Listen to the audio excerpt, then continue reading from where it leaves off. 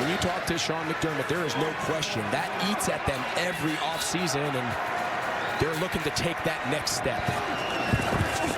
3rd down and 5, trying to keep this drive going, but it's ended loudly. Austin Booker was the star of the first preseason game with 3 sacks in 1 half of play. He's in the books in the first half here. Yeah, this is so good. Just a little TE. Andrew Billings, 97. He's the tackle. He sets it. And then you'll see Austin Booker, number 94. He comes and wraps inside that little pick stunt. Every team in the league works on them. It's such a hard thing for offensive linemen, especially reserve backup linemen, to pass those games off. Oh, that thing was almost blocked. Dave Frazier coming off of the edge there, just narrowly missed it. Maurice Alexander dropped at the 15-yard line. Jimmy Charlo with the tackle on special teams, and a near miss right here for Frazier. So what they teach the guys, if they feel like that wing oversets the protection, you can take off what your holdup is, which means he's trying to hold that Bills defender from running down the field in coverage. If you feel you have it, you always can take that counter to the block point. It's a little bit of a feel when to go for the block and when to just play holdup and set up a return. Bears go back on offense from their own 16-yard line.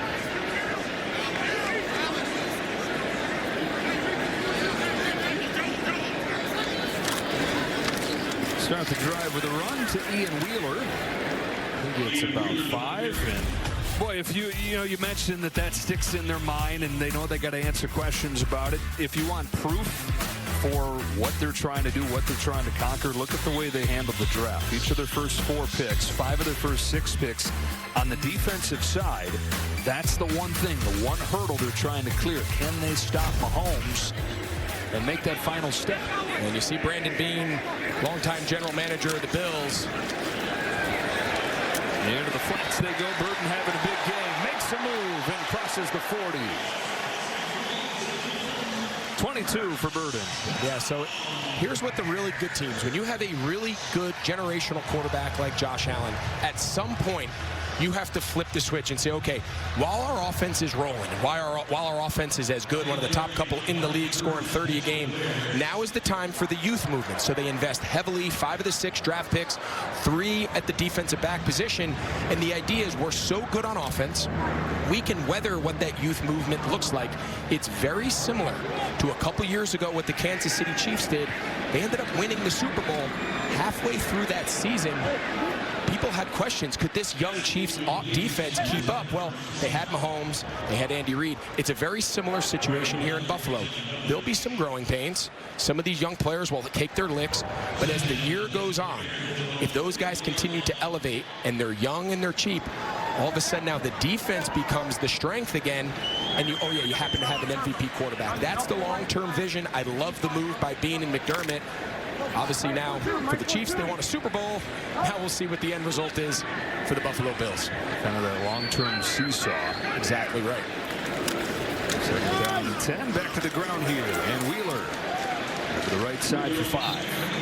And then the last piece of the puzzle, you start seeing these contracts that are being given out. Of course, to the $300 million plus contracts that are given to Josh Allen, and the 3 big defensive contracts to Greg Rousseau and Bernard and all these guys. And there's only so much money to go around. So the more young talent you have playing for 4+ years on rookie contracts allows you to pay your veterans, but you can't pay everyone veteran contracts. So it's all part of the game that is the salary cap and managing a team. And anytime your quarterback gets paid what Josh Allen does, it's a little bit of an effect on the rest of the roster.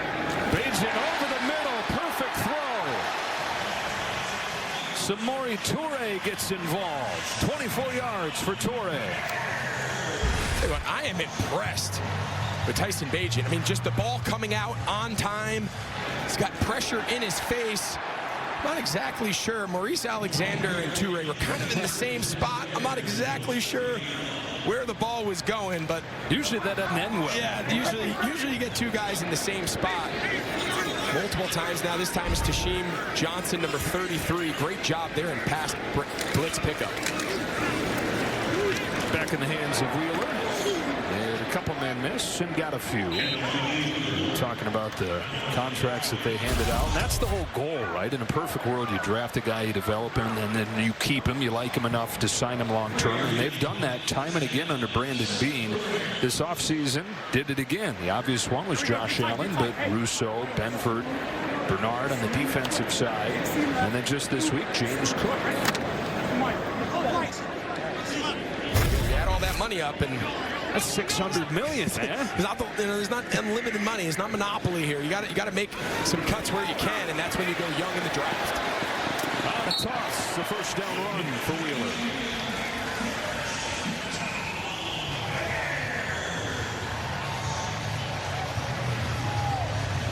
Seen two nice carries from Wheeler. Nice job in pass protection a couple plays ago. You just love the opportunities that come with these preseason games. You hear the old mantra, the games don't count, but they matter. There are a lot of NFL careers, especially as this game gets into the second half, of guys that you might not be used to seeing weekly when the regular season comes. But there's roster spots at play, both here and across the NFL, playing out right now. Bagent, and again in rhythm, delivers another strike. This one to Miles Boykin, and he's spreading the ball around. That is a new Bear receiver coming over from Seattle. He's got a first down. It's a simple curl route, but it's the accuracy and the timing. Watch, his head comes around and the ball's on him. He doesn't have to sit. He doesn't wait for those windows to close. And one of the things about this Bills defense, and I understand there's some backups, and this isn't traditionally the starters we'll see come week one, but their inability to defend the pass is a big area of emphasis for them going into this season. Wheeler inside the 5, got pulled down by Zion Lowe. And when you score 30 points a game, you better be able to defend the pass, right? Yeah. So often we look at defense just in like a little isolated bubble. You want to be really good defending the run. You better not be losing every game, because teams are going to run the ball down your throat. You better be good defending the pass. If your offense is Josh Allen, he's the MVP, and you score 30, because you're going to get everybody's best shot in the passing game to score points. On second and goal, back in the hands of Wheeler. Lowers the shoulder, keeps the feet turning, gets a boost from the offensive line, but a little bit short. And the second-year man out of Howard, who missed his entire rookie season with a torn ACL, keeps those legs chugging and making a good impression on this drive. This will bring us to the 2-minute warning. The Bears are right there again. An offensive explosion in this first half.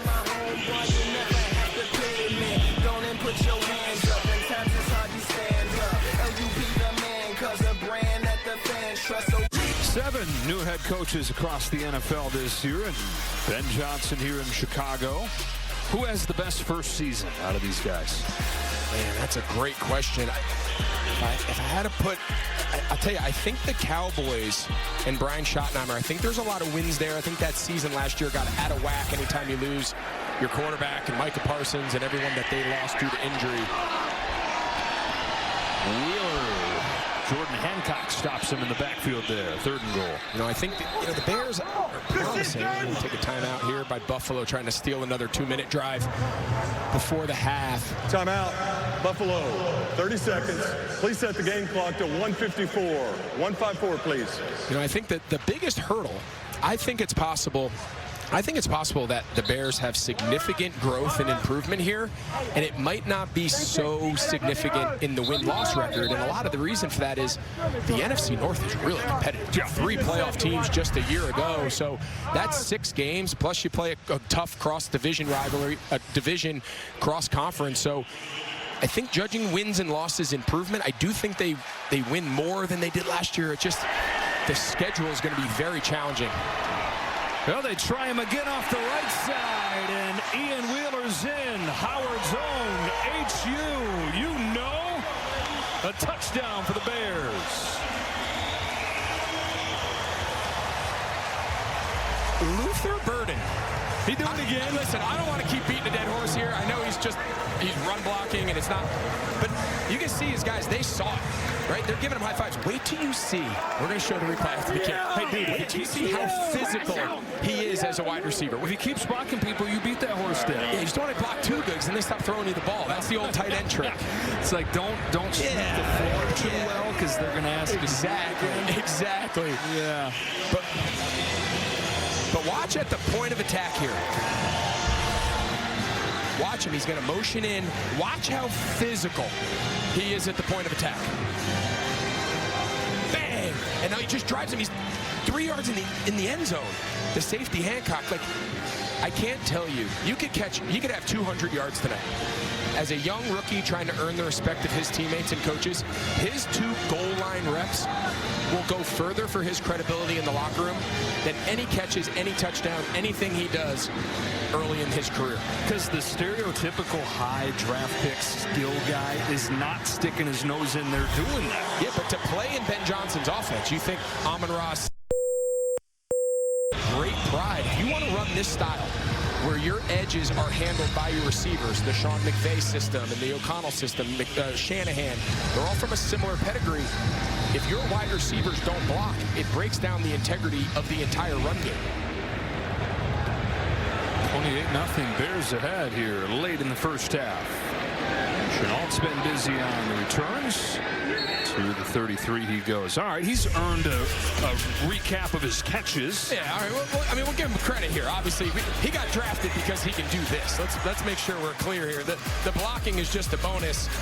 This was the 3rd down option route. On the previous possession, you see him a little tempo off the line. That's a nice veteran-type feel there, run after catch. Ryan Poles told us. He's probably going to get mad at us for this, but I don't care. He said he thinks when it's all said and done, he could be better.